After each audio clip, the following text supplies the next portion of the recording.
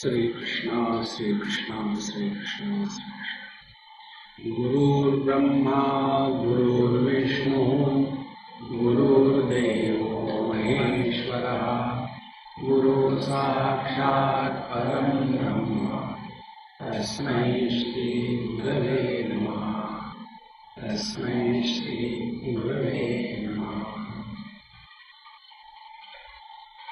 Once a small girl, maybe about 8-10 years, asked me one question.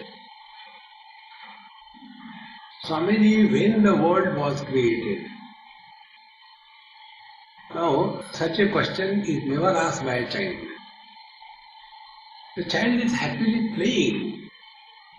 When we have question about the world and problems, understand we are frustrated. So, I asked her, I said, hey, who asked you to ask this question? She said, Mommy, because a child doesn't have these stupid questions. So I asked her mother, I said, Mama, why didn't you ask me directly? No, Swamiji, I was feeling little shy to ask questions. I said, okay, now I'll reply you. This world is created when? This is the question. This world is created the moment we are identified with our body. When we are not identified with our body, the world doesn't exist for us. Last night, when you were sleeping, snoring away, deep sleep, that time, where were you? In Kaivalya Dham or at your own house? Where were you? In the deep sleep experience, when were you? The time. Whether it was 2014 or 1947. So time and space, they become meaningful only after we are identified with the body. Don't trust me. Analyze your own experience. When the world is created when we are identified with the body. Number one. Number two, where from the world begins? So, if you study Upanishad, there are many theories of creation of the world. First, God created the space. Then from the space comes the air. From the air comes the fire. From the fire comes the waters. From the water comes the earth. From the earth comes the vegetation. From the vegetation comes the food. From food comes the person. And in this way, the whole world is created. Very systematic. And we get very enchanted by this. But the truth is different. The truth is, when the world is created, the moment we are identified with the body, the world is created. And how and where from the world begins? The world begins from our gross body. It doesn't begin from there. No. It starts from our. And where the body identification is there, the world is there. And what is the world? World is nothing but a series of good and bad, joyful and sorrowful experiences. See? Once it happened, I had some problem with my big toe. So my friend doctor, he wanted to operate it. I said, operate. So he gave a local anesthesia to the big toe. And after 10 minutes he asked, do you feel? I said, what feel? That means you don't feel. Okay. He said, now I'll cut it and remove it. But you can see it doesn't matter. So I could see my big toe with my own eyes and watching. He took the scalpel and put inside and removed like that. But I had no pain. Because in that part, there was no identification with that part of the body. So that part of the body was in meditation. Neither joy nor sorrows. See, friends. Therefore, where from this world begins? This world begins from our body identification. And therefore, the conclusion is, till such time we keep ourselves identified with the body, till then this world will continue to torture us. You cannot get rid of it. Now what are the problems associated with the body? Now the first and the most important problem is the Jara and Mrityu. Jara is old age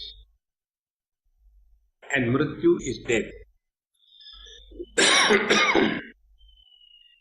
So, our whole life, we are constantly struggling on these two issues. That, oh God, see that I don't get miseries in my life.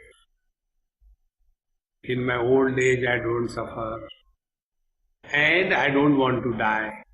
Because I am body.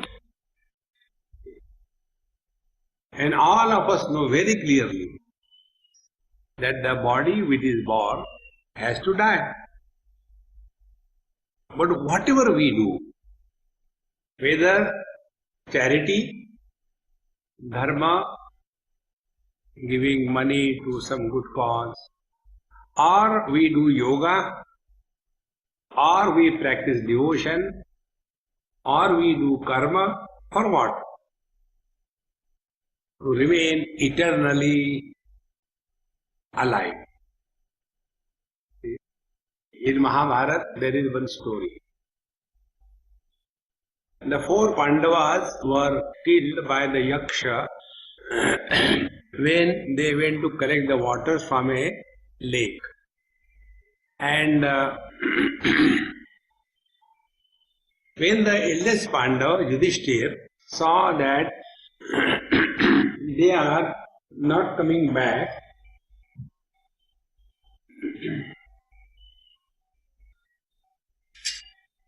so he went in search of them. And the Yaksha told, your four brothers are dead because they could not answer my question. If you want to be alive and also make them alive, answer my question. And the question was, what is the most surprising thing in life, in this world? Most surprising. So in today's world, what a child will tell, what are the 7 wonders of the world? You start from the rubbish, Taj Mahal onwards. 7 wonders. They are not real wonders. Yudhishthira says the real wonder is, people go to the crematorium or the graveyard to dispose of the dead bodies, but they never accept that they are going to die one day. And there they start living as if they are going to be in this world eternally. And this is manifested by holding on to the things and holding on to the beings.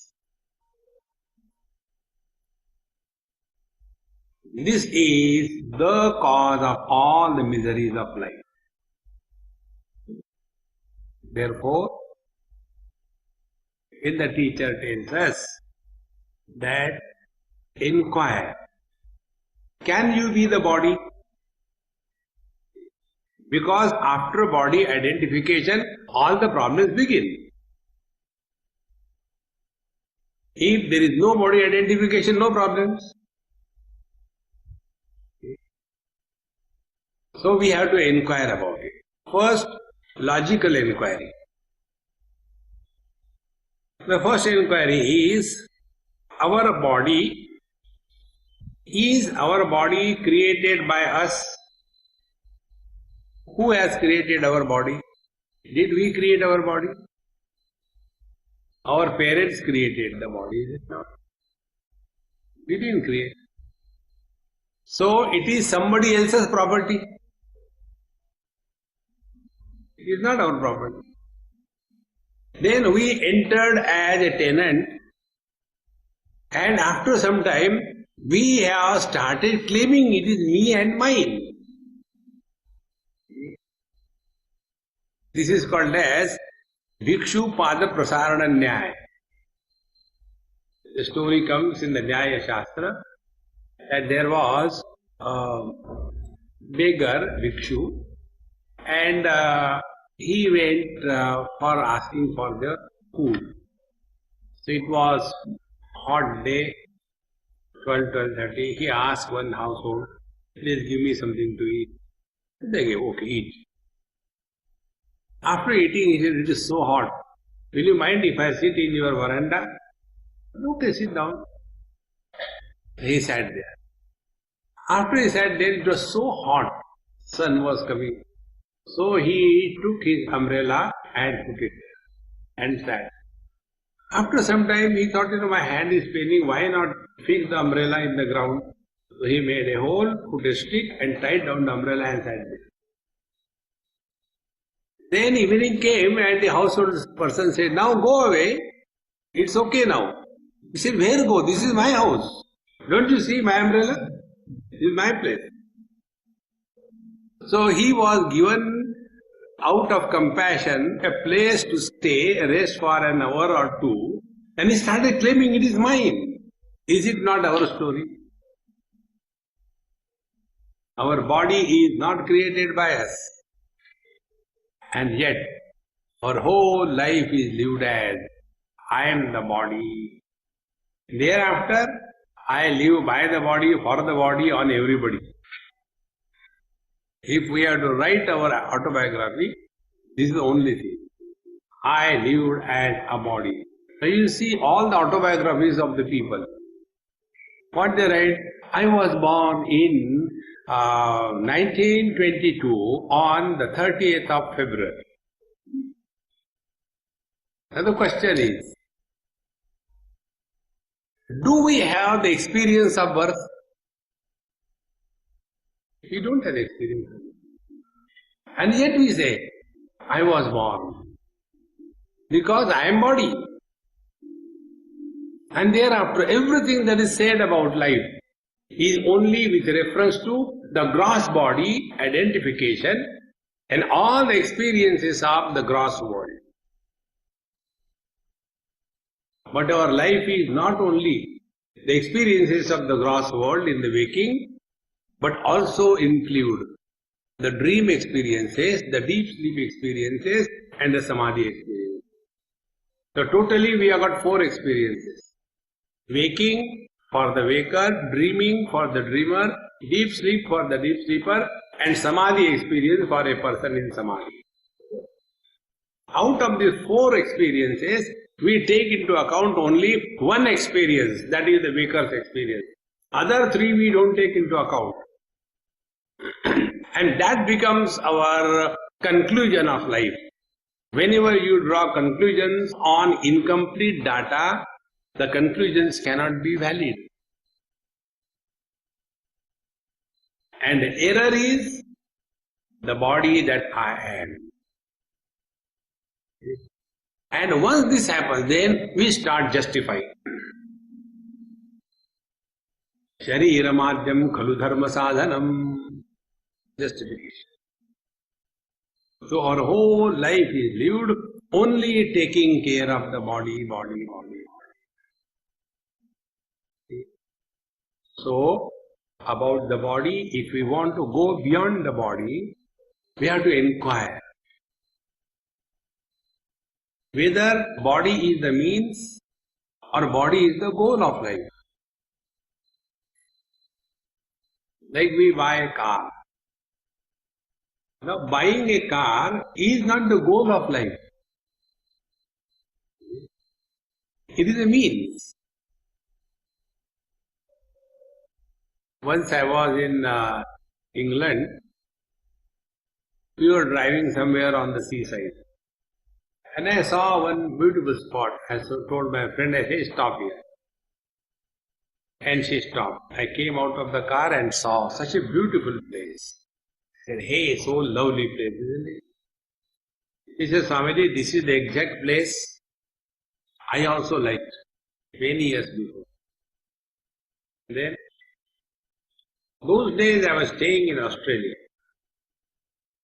When I came here and saw this place, I like it so much that I decided to come and settle here. Then I left my husband in Australia. You take care of yourself. I am going. So she came to England to stay in that place. I liked it so much. But then how to stay? So there was one beautiful house. So she went, inquired, found a man there, and got married with him so that she can stay with him in that place.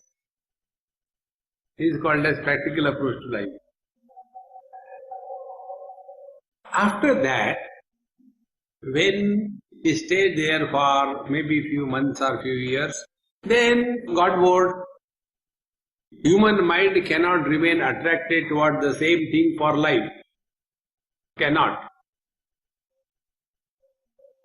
So after she got bored of the same thing, then again going some other place. So going from place to place is only bodily.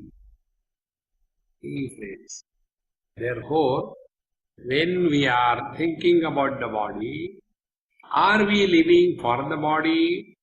Is body the goal of life? Going to a particular place and staying is a goal of life. Buying a beautiful car is a goal of life. Getting married is it a goal of life? Think.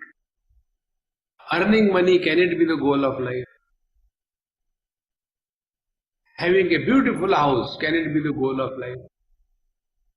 These are all means. It is not the goal. So unless this discrimination between means and the goal is perfect, we will be lost only in the means and mistake that means as a goal. See? Like Bhagavan Shankaracharya says in Bhaja Govindam, Samprapte sannihite kale nahi nahi rakshati dukrum karne. Dukrum karne refers to the language. Language is the means of communication. It doesn't matter in what language you talk. But then language becomes the goal. So, we should speak only Hindi, we should speak only Bengali, we should speak only Marathi, we should speak only Telugu. But what you speak is not important. In what language you speak is important.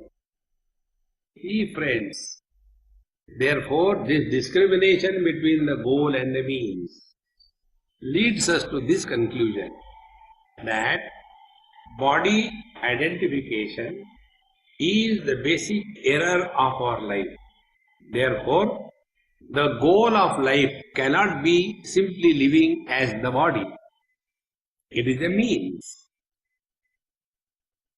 Then what is to be done? Use the body for attaining the goal of life. Body is the means. Use the body to attain the goal of life. And once we are clear that this body is not created by me, The body doesn't listen to me. Who wants to have diseases? But they come. So what control we have got on our body? No control. Therefore, use the body like we use the wrappings of a chocolate. After we eat the chocolate, we throw the chocolate wrappings. In the same manner, use the body for something higher in life. That is the purpose. Now the second point. When we want to use any instrument, that instrument must be properly tuned. For example, if you want to cut vegetables, now that knife, by what you are cutting the vegetables, that knife must be properly sharpened and the sharpness must be maintained. And if we do not maintain the sharpness of that knife and keep on complaining, "Oh God, why did you create such a knife? I am not able to cut my vegetables." Don't blame God for everything. We are squarely responsible for our health. The body is kept healthy like we keep the knife well sharpened for some purpose. Can we say, "Oh, this is my imported knife"? No, I got it from Switzerland. Very expensive. Then I will just keep it as a decoration. If it is a knife, it has to be used. Don't keep it as a decoration. In the same manner, the body, if it is an instrument, it must be kept healthy, but you can't simply make it as a piece of exhibition. We are simply taking care of the body so that I look smart, I look handsome, I look beautiful. That is not the purpose. The body is kept healthy so that it can be used for something higher. Now the third point. When we are keeping any instrument for usage, we also must know how to use that instrument.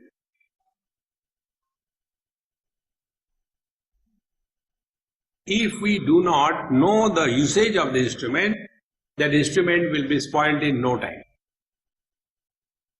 So, the first principle about the body is health. Number one, युक्ताहार विहारस्य युक्त चेष्टस्य कर्मसु युक्त स्वप्नावबोधस्य योगो भवति दुःखः. The yogaha dukkhaha bhavati. The yoga becomes the removal of miseries if we follow a perfect balance in your participation in the world and withdrawal from the world. One of the most important thing about the body's health is our stomach should be perfectly all right. All that which doesn't suit our body should be avoided. But I like that very much. Then eat and suffer. Nobody can help. Therefore, the gateway to the stomach is the tongue. So, tasmat tvam indriyani adau niyamya bharatarshava papmanam prajahi yena jnana vijnana nachanam. Bhagavan says in Gita, therefore, for keeping the body under control, the first thing is indriyani adau niyamya. First of all, take care of all your sense organs, particularly your tongue. There are two things about the tongue. Tongue is a two-in-one instrument. It is used for talking and it is used for tasting. When it is used for tasting, the tongue is called as rasana. When it is used for talking, the tongue is called as jivva. These are the two names of the same instrument. So, this tongue, when it is controlled, means what? Two things are done. Number one,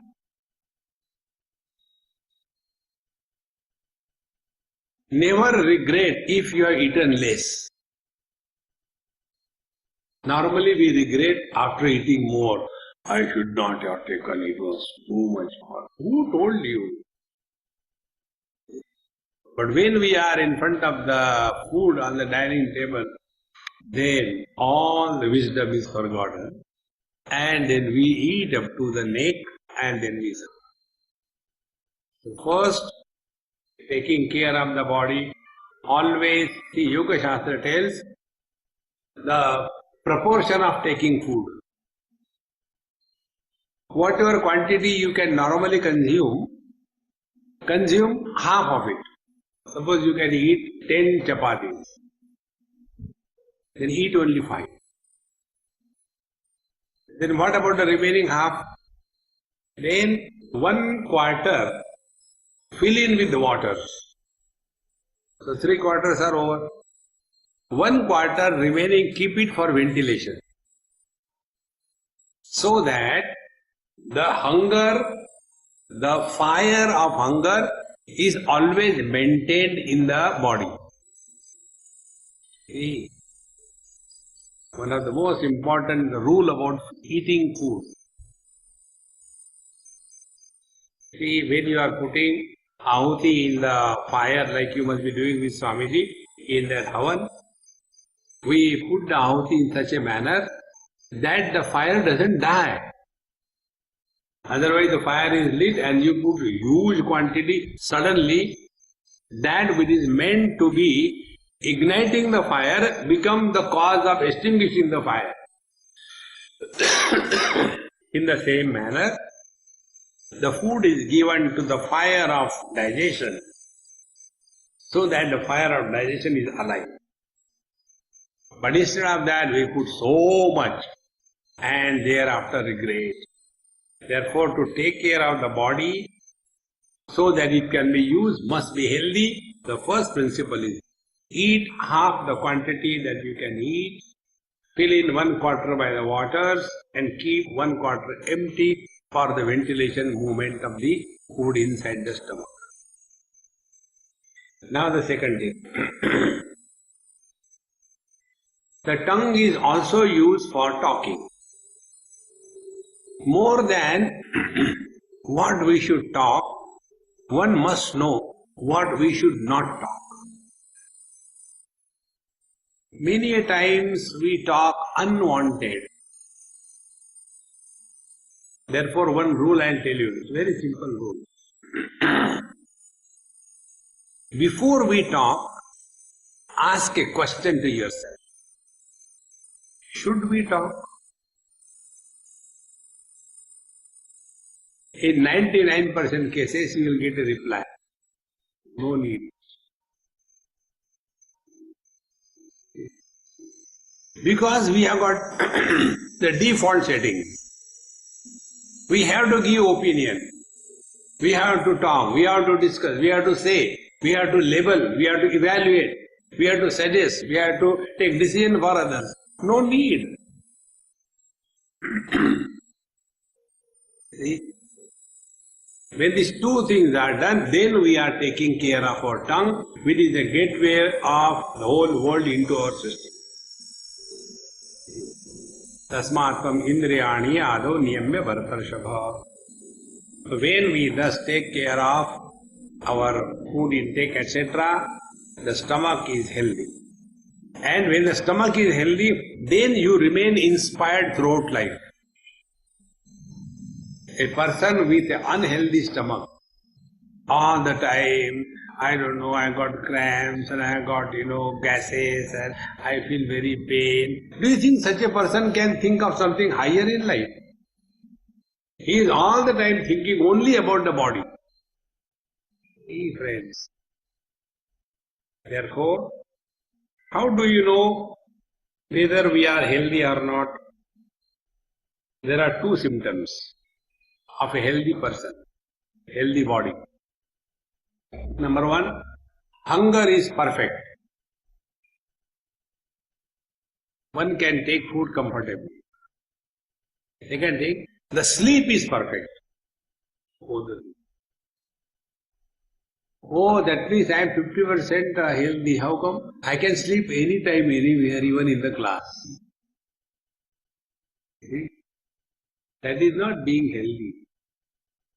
Whenever we want to go to the bed, in no time we sleep. Not tossing on the bed all the time. And not only we can sleep, but we can wake up whenever needed. Normally, when we have to wake up early morning, we have to have the alarm. Because we don't trust ourselves. I was in Lucknow, Kanpur rather, and that day that marriage was up to 1 o'clock or 1:30 at night. And the same morning, I had to catch a flight to come to our Cavalera. So the flight was at about 7 o'clock or so, 7 or 8. So I had to reach from Kanpur to Lucknow, 2 hours drive. So get up early morning, finish your bath and everything, and get going. So me and my friend were there. He said, Swamiji, will you be able to wake up or should I put the alarm? I said, I don't need alarm, you put for you, I don't need. So when the time was fixed, I got up, finished my bath and all that. And my friend's alarm was going one after another. They're still sleeping. So I said, hey, you keep sleeping, I'm going. He said, no, Swamiji, why did you wake me up? I said, well, the alarm could not wake you up, why should I wake you up? Have that perfect control on yourself. When we want, we should be able to sleep. When we want, we should be able to wake up without an alarm. Then you are healthy. Healthy doesn't mean a huge body, like a sumo. That is not being healthy. So the body must be at our disposal. And if the body is not at our disposal, then we are at the disposal of the body. All the time spending whole life for the body. Therefore, the body identification is the root cause of all the problems of life. Therefore, the goal of life is attain freedom from body identification. For attaining freedom from body identification, if body identification is a wrong understanding, it can be corrected only by right understanding, not by just switching it off. No, we have to have right understanding. The first right understanding is body is not created by us, body doesn't listen to us, therefore we cannot be the body, but we are embodied. We are living in the body, therefore someone other than the body. Like I am talking to you. Is it my lips are talking? There is somebody behind the lips. And I imagine you are listening to me. I can only imagine. God knows whether you are listening or you are sleeping. So you are listening to me. Your eardrums are not listening to me. There is somebody behind the eardrums. Now find out who could be we. Can we the body or the embodied? See, friends.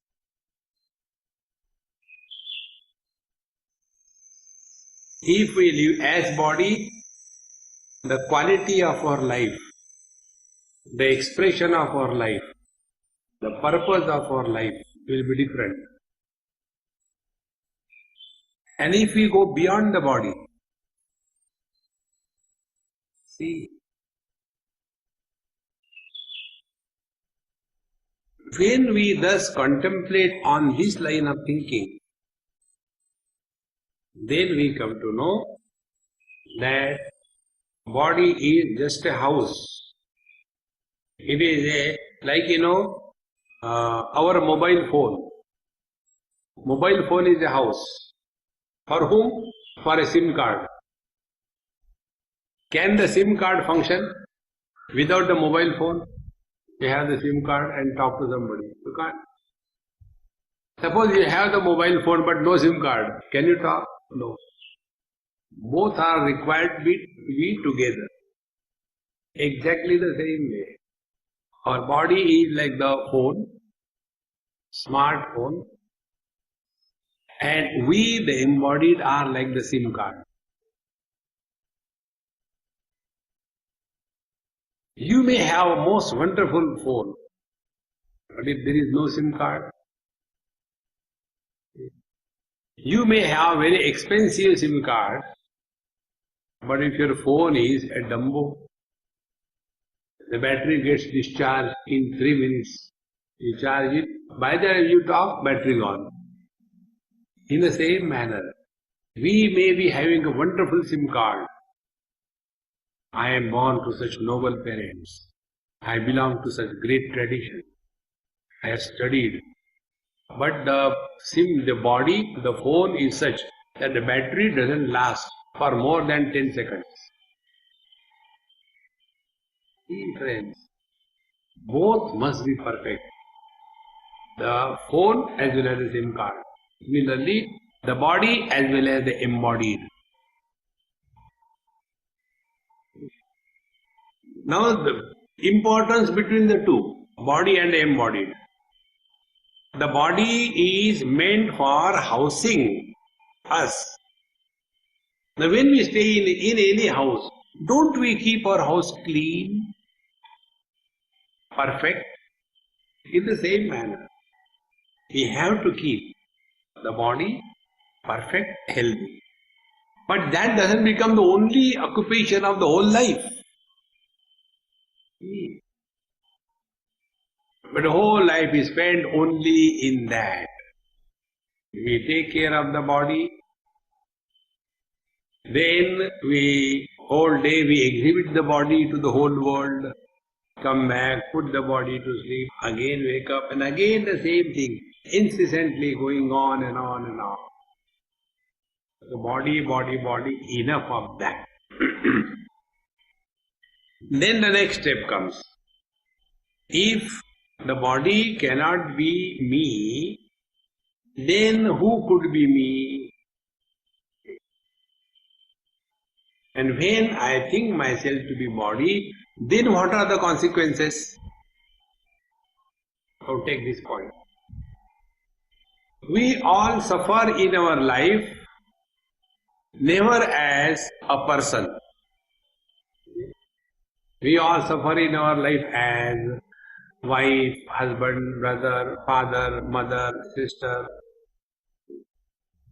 And all these fellows who are suffering, when are they born?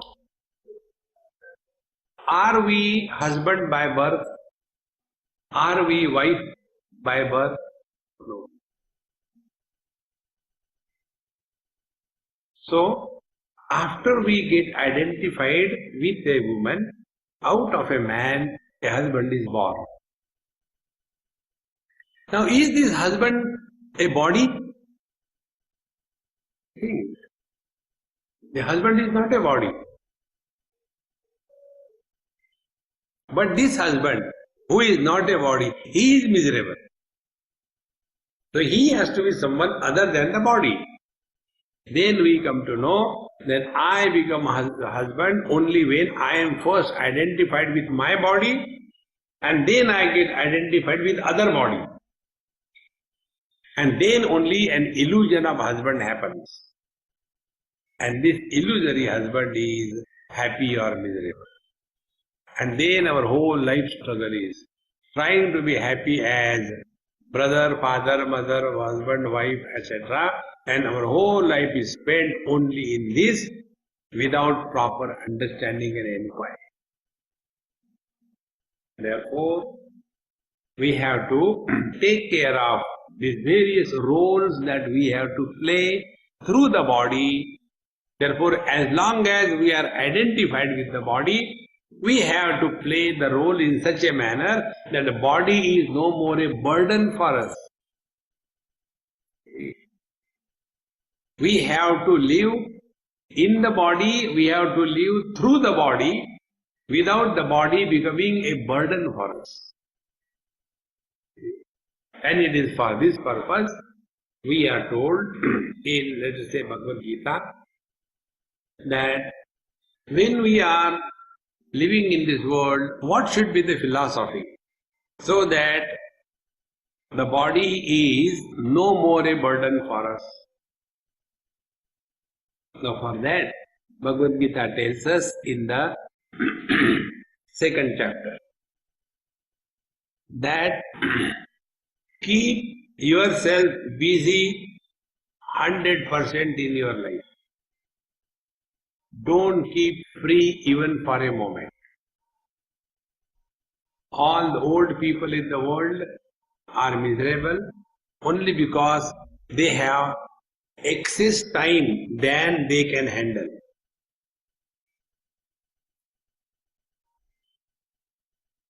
Read. How much can you read? 1 hour, 2 hours. Then remaining 22 hours, oh God, go for a walk. How much can you walk? 1 hour. So, still 21 hours are remaining. Then only 8 hours sleep. How many hours can you sleep? 24 hours? No. So, our every attempt is to somehow or the other fill in 24 hours per day. That becomes our daily job. And when we are not occupied and busy, then all the unwanted things start cropping up in the mind. Either indulgence or gossiping or getting in the wrong company, drinks, drugs, addiction, etc. Therefore, Bhagavad Gita tells, keep yourself busy 24/7. That will keep your body healthy. So, how to keep ourselves busy? First and the simplest technique. Perform all your duties which are supposed to be performed by you sincerely, cheerfully, without any attachment. Sleeping. When we perform any job sincerely, we get fully involved in that. I am not using the word seriously. Don't be serious in life. Be sincere in life. So we take up the job very sincerely. What job? Whatever we are supposed to do. So we all have to play different roles for the whole day. As brother, father, mother, husband, wife, student, teacher, what your role? So when we are playing a role, play that role cheerfully, happily, with full involvement, extremely sincerely. And when you do this thing, then you will remain always inspired. And when you remain inspired, then the body will not be a problem. A person who is not inspired, he has got all the problems with reference to body. Actually, I want to get up in the morning, but what happens, I just can't get up, and therefore again I sleep. Then the body is becoming a problem for us. Well, we are not inspired. Therefore, whatever job we have to do it sincerely, full of inspiration. Then the body will not be an obstacle. If you see, these terrorist people, those who come and kill others, there is one thing worth listening or worth learning from them. They are all inspired. Whatever may be, right or wrong, is not our concern. We are the student, we have to learn. They are so inspired that no difficulty can come across them. Can you imagine a terrorist is going with a AK-47 in his hand, and you come in front of him and he says, "Hey man, I'm very sleepy, please hold my, AK-47, okay?" No. He is never coming across any difficulty because he is inspired. What is inspiration? Inspiration is commitment to the goal. If we are committed to the goal, body will not be a problem. All those who complain, I cannot do it, the only reason is there is a lack of commitment to the goal. We have to be committed 100%. And where from to start commitment? From where you are placed by the Lord. Whatever duty we are supposed to do, right from morning till we sleep, do all your jobs sincerely, with full commitment, cheerfully, perfectly, without any attachment to that. Your day will be busy first.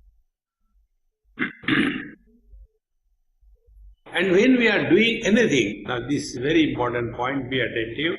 When we are doing anything, please remember, nobody wants us.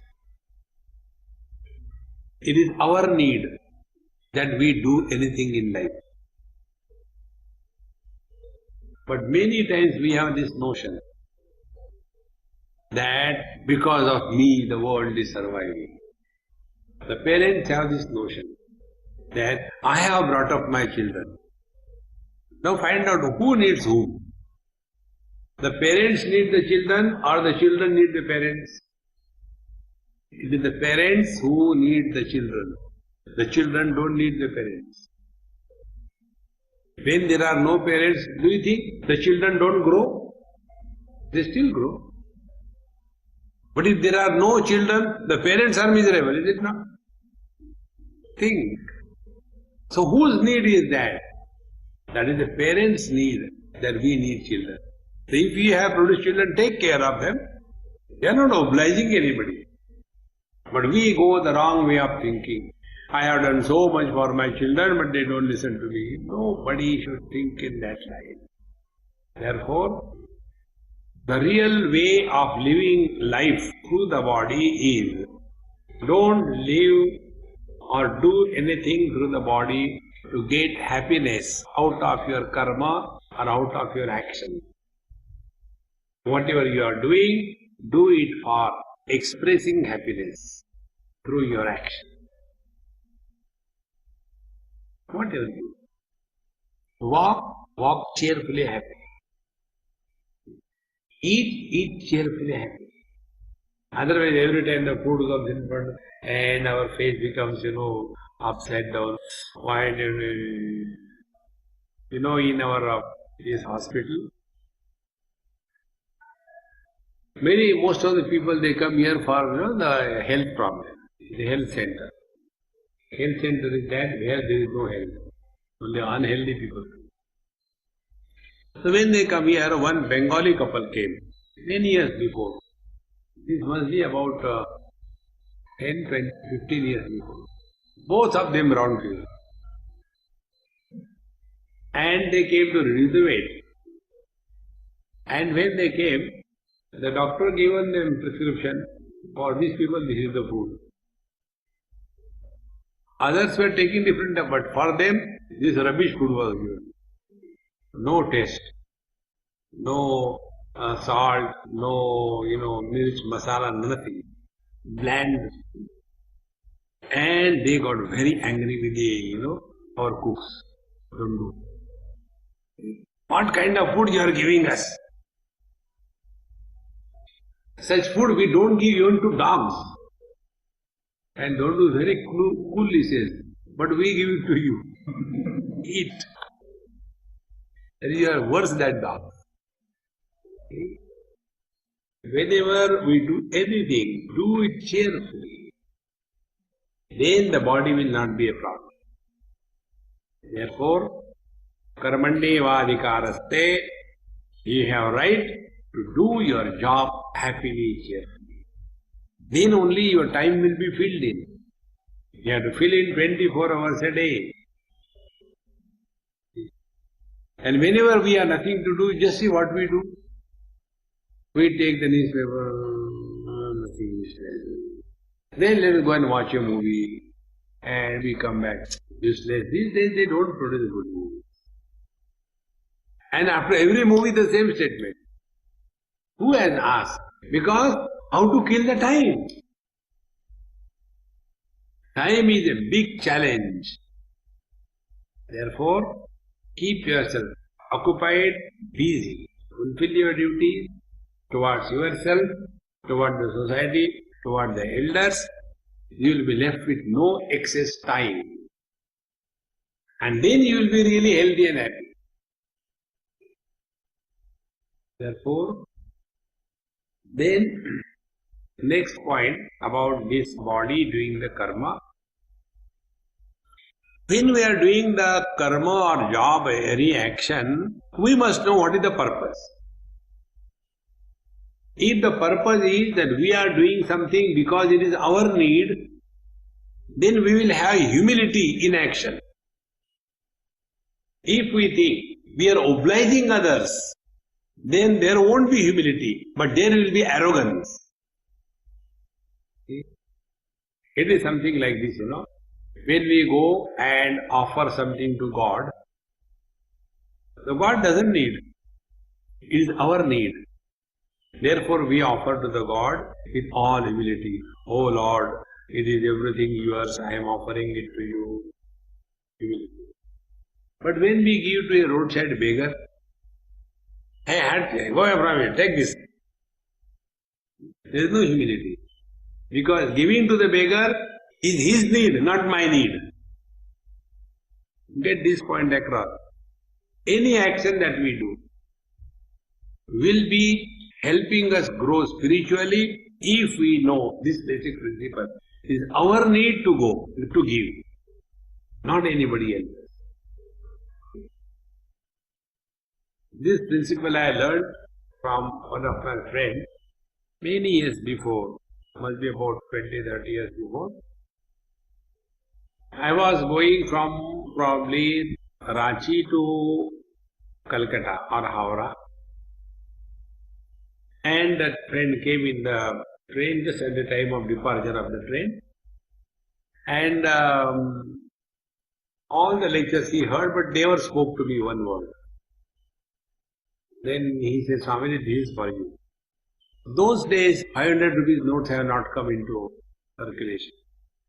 He gave me 100 rupees notes, almost 100 notes, 10,000. And this is for you. I said, I don't need it. Because I got a ticket, somebody will come to receive me there. You know what he said? He said, I am not giving you because you need it. I need to give you. Whenever we do anything, it should be clear for us. We are not obliging anyone in this world. It is our need that we do. When action is associated with humility, the arrogance of doership disappears. And when the arrogance of doership disappears, the next step is you do not remain lethargic, remain active, yet do not deposit arrogance or guilt of any action that we do.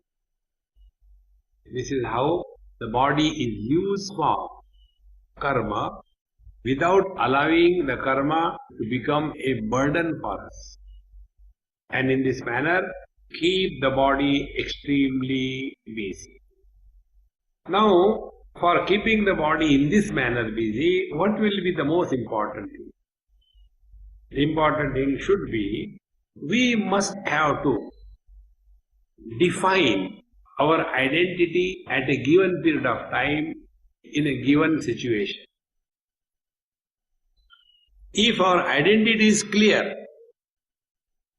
there won't be any doubt or confusion about the karma or action. Like, at this moment, my identity with me is, I am a teacher. Therefore, if I remember that I am a teacher, I will do my job to the best of the ability required. In the same manner, if you remember that you are here as a student, then you will remain 100% available to the job what we are doing. When these two things are done, the teacher is teaching sincerely, the student is listening sincerely, then that function becomes a successful fulfillment in life. Now the next step. When we do something as our duty, then there is still a burden on our mind. I had to do that, I had to do that, I have not done that. So when we fulfill the duty, arrogance. When we don't fulfill the duty, then it is a guilt. Therefore, initially we start our life duty oriented. We must fulfill our duty. But whenever we fulfill the duty, there is tiredness. And then we are waiting for the bell to go. Because the duty is over, why should I work more than particular time? The moment the bell goes, we run away. Enough. Therefore, enough of this duty as the basis of life. But then convert the duty into devotion. And whenever we do something as devotion, then there is no tiredness, there is no arrogance, and there is fulfillment whenever we do anything out of devotion and not as a duty. Therefore, this body is a place which is where we are staying, and we have to live in this body in such a manner that we are able to see beyond the body, not remaining clutched or attached only at the level of the body and living only for the body, only by the body, on everybody. No, but we live every moment through the body and for something higher. There are two types of goals that we have in life. One is to live long in this body.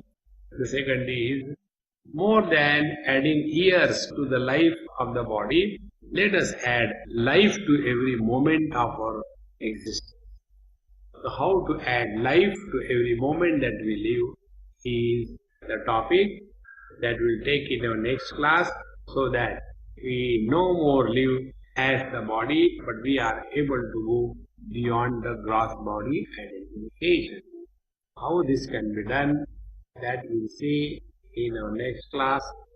If I continue more, you will see. Therefore, it is better that I stop here. Om Purnamadaha Purnamidam Purnat Purnamudachyate Purnasya Purnamadaya Purnamevavashishyate. Om Shanti Shanti Shanti. Hari Om. Shri Gurubhyo Namaha. Hari Om.